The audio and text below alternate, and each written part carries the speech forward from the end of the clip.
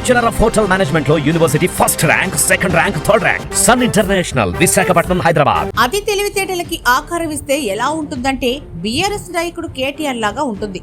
అసెంబ్లీలో కావచ్చు, బయట కావచ్చు, ఆయన ఎప్పుడు ఎక్కడ మాట్లాడినా ఆ మాటల్లో అతి తెలివితేటలు, స్టీరియోఫోనిక్ సౌండ్, టీడీఎస్ లు వినిపిస్తూ ఉంటాయి. తమ పార్టీ ఓడిపోయి కాంగ్రెస్ పార్టీ అధికారంలోకి రావడం, ముఖ్యంగా రేవంత్ రెడ్డి ముఖ్యమంత్రి కావడాన్ని కేసీఆర్ కుటుంబం భరించలేకపోతోంది.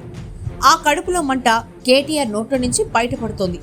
రేవంత్ రెడ్డి ముఖ్యమంత్రి అయినప్పటి నుంచి కేటీఆర్ కాంగ్రెస్ పార్టీలో నాయకుల మధ్య పుల్లలు పెట్టే మాటలను అతి తెలివిగా మాట్లాడుతున్నారు. ఆ అతి తెలివి మాటలను కేటీఆర్ తాను చాలా తెలివిగా మాట్లాడుతున్నారని అనుకుంటూ ఉండొచ్చు. అది వేరే విషయం. మొదటి నుంచి కేటీఆర్ అనే మాట ఏమిటంటే, ఉప ముఖ్యమంత్రిగా ఉన్న మల్లు భట్టి విక్రమార్క తెలంగాణ రాష్ట్రానికి ముఖ్యమంత్రి అవ్వాలి. ఈ డైలాగు కేటీఆర్ వీలున్నప్పుడల్లా వాడుతూ ఉన్నారు. పైకి మాత్రం రాష్ట్రానికి దళితుడు ముఖ్యమంత్రి అవ్వాలన్న బిల్డప్, కానీ మనసులో ఉన్న పాయింట్ మాత్రం వేరే. మల్లు భట్టి విక్రమార్క మనసులో ముఖ్యమంత్రి అనే బీజాన్ని నాటడం ద్వారా కాంగ్రెస్ పార్టీలో లుకలుకలు సృష్టించాలన్నది కేటీఆర్ ప్లాన్. అందుకే భట్టి విక్రమార్క ముఖ్యమంత్రి కావాలన్న ఆకాంక్షను ప్రస్తుతం జరుగుతున్న అసెంబ్లీ సమావేశాల్లో కూడా కేటీఆర్ వ్యక్తం చేశారు. ఈ రకంగా 11వ శతాబ్దం రాజకీయ తెలివితేటలను కేటీఆర్ 21వ శతాబ్దంలో ఉపయోగిస్తున్నారు.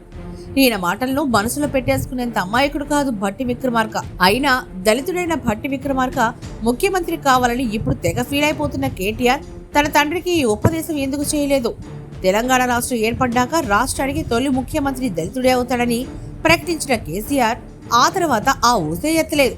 2 సార్లు తానే ముఖ్యమంత్రి అయ్యారు. 3వసారి కూడా తానే ముఖ్యమంత్రి అయ్యి 4వసారి కేటీఆర్ ని ముఖ్యమంత్రి చేయాలని అనుకున్నారు.